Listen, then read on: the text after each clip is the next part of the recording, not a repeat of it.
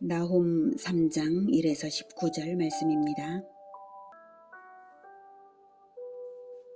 3장. 화 있을진저 피의 성이여, 그 안에는 거짓이 가득하고 포악이 가득하며 탈취가 떠나지 아니하는도다. 휙휙하는 채찍 소리, 윙윙하는 병거바퀴 소리, 뛰는 말, 달리는 병거, 충돌하는 기병, 번쩍이는 칼, 번개 같은 창, 죽임당한 자의 때, 죽음의 큰 무더기, 무수한 시체여, 사람이 그 시체에 걸려 넘어지니 이는 마술에 능숙한 미모의 음녀가 많은 음행을 함이라. 그가 그의 음행으로 여러 나라를 미혹하고 그의 마술로 여러 족속을 미혹하느니라. 사랑하는 형제 여러분, 2월 11일 토요일 새벽 목상에 오신 것을 환영합니다. 나훔은 북이스라엘 멸망 이후 아수르의 지배하에 들어간 땅에서 잔악한 아수르의 수도 니느웨에 대하여 하나님의 심판을 선포했습니다. 아마도 므낫세 아몬 시절이라고 여겨집니다.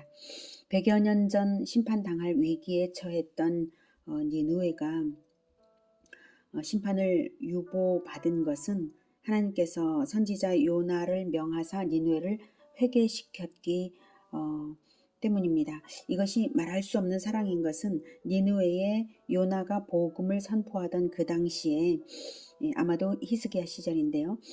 그 당시에 아수르는 북이스라엘을 멸망시키고 있었고 남유다를 수차례 침공하여 도륙하고 있었던 때라는 사실을 생각하면 하나님의 사랑은 우리가 이해할 수 없는 놀라운 사랑이라고밖에 말하기 어렵습니다. 그런데 아수르가 죄악된 습성을 못 버리고 더욱 악하여졌으므로 이제 심판을 당하게 되었음을 나훔이 선포하는 것이고요. 동시에 아수르 니느웨에 대한 심판은 이스라엘에게는 신원이 될 것입니다. 그래서 2장에서는 여호와께서 야곱의 영광을 회복하시되 이스라엘의 영광 같게 하시나니 이는 약탈자들이 약탈하였고 또 그들의 포도나무 가지를 없이 하였음이라 라고 언약 백성의 영광을 회복시켜 주시기 위해 니느웨에 대한 보복자로 자처하시면서 그 멸망의 참상이 어떠할지를 말하였습니다.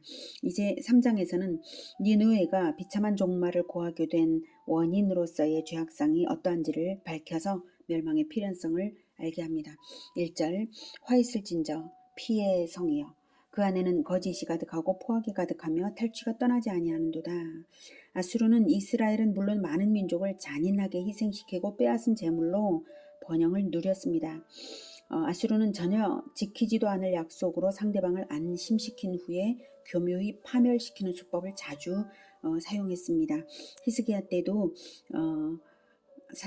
아수르 사네립 왕의 신하 랍사게가 와서 이제 말을 한 것에도 보면은 뭐라고 하느냐면 항복하고 내게로 나오라. 그리하고 너희는 각각 그의 포도와 무화과를 먹고 또한 각각 자기의 우물물을 마시라. 내가 장차 와서 너희를 한 지방으로 옮기리니 그곳은 너희 본토와 같은 지방 곧 곡식과 포도주가 있는 지방이요 떡과 포도원이 있는 지방이요 기름나는 감람과 꿀이 있는 지방이라. 너희가 살고 죽지 아니하리라.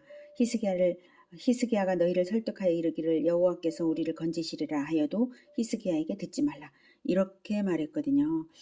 그래서 정말 은혜를 베풀기라도 할 듯이 이렇게 말하면서 항복시키고는 이제 잔악하게 하는 그런 자들이었습니다. 아수르는 너무나 호전적이어서 쉴 새 없이 다른 나라로 침략해 들어갔고요. 약탈 행위는 집요하고 끝이 없었습니다. 그러므로 아수르가 행한 대로 메대 바벨론 연합군이 행할 진격 장면을 나훔은 생동감 있게 묘사하며 예언합니다. 메대 바벨론 연합군이 아수르 니느웨를 침공할 때 그 장면들입니다. 2절 휙휙하는 채찍 소리, 윙윙하는 병거 바퀴 소리, 뛰는 말, 달리는 병거. 네, 메대 바벨론 연합군의 아주 용맹스럽고 날렵한 모습을 묘사하고 있죠. 3절 충돌하는 기병. 충돌하는 기병은 서로 부딪힌다는 뜻이 아니라 공중으로 솟아오른다는 뜻입니다. 즉 말을 공중으로 높이 뛰어오르게 하는 기병의 모습을 표현한 것입니다. 번쩍이는 칼, 번개 같은 창, 죽음당한 자의 때, 죽음의 큰 무더기, 무수한 시체여, 사람이 그 시체에 걸려 넘어지니. 네. 아수르군의 시체가 산더미처럼 쌓여서 진격해 들어오는 군사들이 방해를 받을 정도입니다. 나홈의 묘사는 아주 현장을 보는 듯하죠. 하나님께서 보여주시고 들려주시는 대로를 묘사한 것입니다. 4절. 이는 마술에 능숙한 미모의 음녀가 많은 음행을 함이라. 그가 그의 음행으로 여러 나라를 미혹하고 그의 마술로 여러 족속을 미혹하느니라. 여기서 마술에 능숙한 미모의 음녀는 니느웨를 의미하고요. 아수르는 주변 국가들을 속여서 속국으로 만든 다음 자신들이 섬기는 신들을 그들로 하여금 섬기도록 강요함으로써 영적인 음행을 크게 저지른 그런 음녀와도 같았습니다. 이렇게 행한 니느웨의 죄악을 대별하자면 포악성과 간교함입니다. 이제 5절부터는 그에 대한 심판 선언입니다. 보라, 내가 내게 말하노니 만군의 여호와의 말씀에 내 치마를 걷어올려 내 얼굴에 이르게 하고 내 벌거벗은 것을 나라들에게 보이며 내 부끄러운 곳을 문 민족에게 보일 것이요. 네, 원래 아수르는 포로를 취급할 때에 여자에게는 이렇게 했고요. 남자는 아예 나체로 욕을 보였습니다. 그러므로 아수르가 행한 대로 보응하사 열국 앞에서 온갖 부끄러움을 당하게 하시겠다는 것입니다. 6절. 내가 또 가증하고 더러운 것들을 내 위에 던져 능욕하여 너를 구경거리가 되게 하리니 그때 너를 보는 자가 다 내게서 도망하며 이르기를 니느웨가 황폐하였도다. 누가 그것을 위하여 애곡하며 내가 어디서 너를 위로할 자를 구하리요 하리라. 네, 내가 또 가증하고 더러운 것들을 내 위에 던져 능욕한다는 것은 간음 현장에서 붙잡혀 나온 부도덕한 여인을 향해서 군중들이 오물을 던지며 저주와 조롱을 퍼붓듯이 교만한 아수르가 모욕을 당하게 될 것을 예언한 것입니다. 보는 자가 다 내게서 도망한다는 것은 너무나 치욕스럽고 끔찍해서 다른 민족으로 하여금 연루되지 않게 하고 경고가 되게 하겠다는 것입니다. 실로 아수르는 위기가 처했을 때에 도와줄 나라가 하나도 없을 만큼 악독하게 했습니다. 그래서 그토록 끔찍한 곤경에 처했는데도 애곡할 자도 없고 위로할 자조차 없는 것입니다. 아수르가 강성할 때에는 조공을 바치려는 자들이 앞다투어 찾아갔겠지만 멸망의 때에는 오히려 니느웨의 멸망을 기뻐하고 당연시 하는 것입니다. 8절. 내가 어찌 노아몬보다 낫겠느냐. 그는 강들 사이에 있으므로 물이 둘렸으니 바다가 성루가 되었고 바다가 방어벽이 되었으며 구스와 애굽은 그의 힘이 강하여 끝이 없었고 붓과 루빔이 그를 돕는 자가 되었으나 그가 포로가 되어 사로잡혀갔고 그의 어린아이들은 길 모퉁이에 메어침을 당하여 부서졌으며 그의 존귀한 자들은 제비 뽑혀 나뉘었고 그의 모든 권세자들은 사슬에 결박되었나니 너도 술에 취하여 숨으리라. 너도 원수들 때문에 피난처를 찾으리라. 현재 니느웨가 아무리 강성하다 해도 그들은 심판받아 멸망할 것을 피할 수 없음을 니느웨 못지않게 강성했던 애굽의 주요 도시 노아몬 즉 테베인데요. 테베의 멸망 사건을 실례로 들어 1차적으로 증거하고 있습니다. 노아몬 즉 테베는 과거 애굽 힉소스 왕조의 수도였고요. 니느웨 못지않은 철의 요새로 알려졌습니다. 헬라 시인 호머의 기록에 의하면 노아몬에는 2만 병거와 100개의 성문이 있었다고 합니다. 어마어마하죠. 그러나 주전 663년 아수르바니팔에게 멸망을 당하였습니다.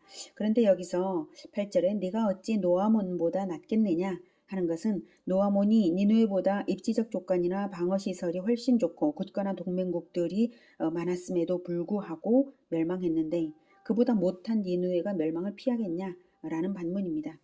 8절에 그는 강들 사이에 있으므로 물이 둘렸으니 바다가 성루가 되었고 그리고 바다가 방어벽이 되었으며 나일 강변에 위치하고 있었던 테베는 그 성 주위에 많은 운하를 파서 그곳으로 물을 끌어들여 적군의 침략에 대비하였습니다. 니느웨도 그것을 본땄던 것 같아요.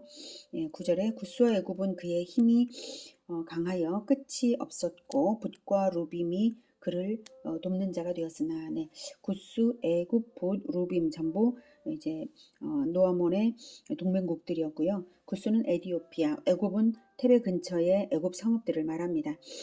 그들이 테베와 연합해서 거의 국경이 없을 정도로 아주 강력한 연합이 되어 있었기 때문에 구스는 애굽군의 일부로서 활약을 하기도 했고요. 애굽 제25왕조는 애굽과 구스가 연합하여 세운 왕조이기도 합니다. 그처럼 그 연합의 힘이 강하여서 끝이 없었다는 말이죠. 붓은 함의 후손들 중에 한 나라이고요. 루빔은 리비아입니다. 이처럼 정치적 연합이 잘 되어 있었던 노아몬인데요. 니누웨의 정치적 연합이 깨지기 쉬운 것임에 비하면 너무나 강력한 정치 동맹을 형성했던 노아몬인데도 불구하고 멸망을 피할 수 없었는데 너 니누웨가 별 수 있겠냐 이겁니다. 더욱이 니누웨가 노아몬을 침공할 때의 잔악성은 용서받을 수 없는 잔악성이었습니다. 10절에 그가 포로가 되어 사로잡혀 갔고 그의 어린아이들은 길모퉁이 모퉁이에 메어침을 당하여 부서졌으며 네. 주전 663년 아수르바니팔이 노아몬을 정복하여서 그곳 주민들을 포로로 잡아갈 때에 노예로 효용가치가 적은 어린아이들은 메어쳐서 죽였던 것입니다. 그의 존귀한 자들은 제비 뽑혀 나뉘었고 그의 모든 권세자들은 사슬에 결박되었다는 것은 노아몬의 지도자들조차 정복군대가 서로 종으로 차지하려고 제비 뽑기를 했을 정도이니 아무도 수치와 비극을 모면한 자도 없고 그들을 구할 자도 없었습니다. 11절 너도 술에 취해 숨으리라. 너도 원수들 때문에 피난처를 찾으리라. 노아몬의 신세처럼 니누에 너도 그렇게 당하리라는 것입니다. 술에 취하여 숨으리라는 말은 하나님께서 내리시는 진노의 잔을 마시고 자취를 찾아볼 수 없도록 역사 속에서 사라져 멸망당한다는 뜻입니다. 예레미야 25장 15절에는 이스라엘의 하나님 여호와께서 이같이 내게 이르시되 너는 내 손에서 이 진노의 잔을 받아가지고 내가 너를 보내는 바 그 모든 나라로 마시게 하라 이렇게 말씀하신 부분이 있습니다. 진노의 잔을 마시게 될 것이다. 이런 뜻이죠. 실제로 니누에는 주전 612년에 메대와 바벨론 연합군에 의해 멸망당해서 역사에서 완전히 사라졌는데요. 지금 11절에 이제 술에 취하여 숨으리라라고 말하고 있잖아요. 그래서 니누에는 정말 멸망당해서 완전히 역사에서 숨었습니다. 완전히 사라졌는데 2000년 이상 니누에가 정말 실제한 성이었냐 이렇게 실제성이 부인되다가 주후 1820년에 고고학적 발굴에 의해서 그 역사적 실제가 증명이 되었습니다. 12절 내 모든 산성은 무화과 나무에 처음 익은 열매가 흔들기만 하면 먹는 자의 입에 떨어짐과 같으리라. 내 가운데 장정들은 여인 같고 내 땅의 성문들은 내 원수 앞에 넓게 열리고 빗장들은 불에 타도다. 네, 산성들이 너무나 쉽게 무너질 것과 무화과가 후두둑 떨어지는 것처럼 그렇게 될 것, 그리고 군대가 힘을 쓰지 못할 것과 성문들이 열려서 적군이 쉽게 침입할 것과 화재로 인해 성문이 탈 것을 예언한 것입니다. 실제로 발굴에 의하면 니누에는 화재도 당했습니다. 14절 너는 물을 길어 에워싸일 것을 대비하며 너의 산성들을 견고하게 하며 진흙에 들어가서 흙을 밟아 벽돌 가마를 수리하라. 거기서 불이 너를 삼키며 칼이 너를 베기를 느치가 먹는 것 같이 하리라. 내가 느치같이 스스로 많게 할지어다. 내가 메뚜기같이 스스로 많게 할지어다. 포위당할 것이니 식수를 준비하라고 하는데요. 결국 메대와 바벨론 연합군은 니누의 포위를 무려 2년 정도 계속했습니다. 그러니 식수를 준비해봤자 소용없다는 의미죠. 진흙에 들어가서 진흙 흙을 밟아 벽돌 가마를 수리하라 하는 것은 산성들을 견고하게 하기 위해서 벽돌 가마를 수리하여서 가마에서 굽는 단단한 벽돌로 산성들을 수리해 보라는 것입니다. 흙벽돌로 하지 말고 해보라. 이것도 결국 소용없게 되리라 라는 말이죠. 15절 거기서 불이 너를 삼키며 칼이 너를 베기를 느치가 먹는 것 같이 할 테니까 결국 소용이 없다 이것입니다. 즉 메대 바벨론 연합군이 화공으로 성안을 초토화시킨 다음에 백성들을 마구 학살할 것이라는 말입니다. 그러니 벽돌로 쌓은 성이 필요가 없었던 것이죠. 느치 즉 메뚜기 떼가 먹는 것 같이 한다는 것은 메뚜기 떼가 한 번 지나가는 곳은 초목의 흔적이 없어지는 것처럼 너는 진멸될 것이다 이 말입니다. 이때 이제 니누의 멸망 때에 니누의 왕은 연합군을 무서워하여서 재물을 모아놓고 비빈들과 함께 분신 자살했다고도 전해집니다. 그러니 느치같이 스스로 많게 할지어다. 내가 메뚜기같이 스스로 많게 할지어다. 이렇게 강조하고 있지만 이 말은 그래봐야 소용없다라고 하는 것입니다. 아주 많게 해봐야 소용이 없다. 16절. 내가 내 상인을 하늘의 별보다 많게 하였으나 느치가 날개를 펴서 날아감과 같고 내 방백은 메뚜기 같고 너의 장수들은 큰 메뚜기 떼가 추운 날에는 울타리에 깃들였다가 해가 뜨면 날아감과 같으니 그 있는 곳을 알 수 없도다. 니느웨가 중개무역을 활발하게 해서 상인들이 많았죠. 그랬지만 메뚜기가 순식간에 날아가는 것처럼 무역상들도 사방으로 흩어질 것을 말한 것입니다. 지도자들, 방백들은 지도자들이죠. 지도자들 그리고 장군들도 마찬가지이고요. 18절. 아수르 왕이여, 내 목자가 자고 내 귀족은 누워 쉬며 내 백성은 산들에 흩어지나 그들을 모을 사람이 없도다.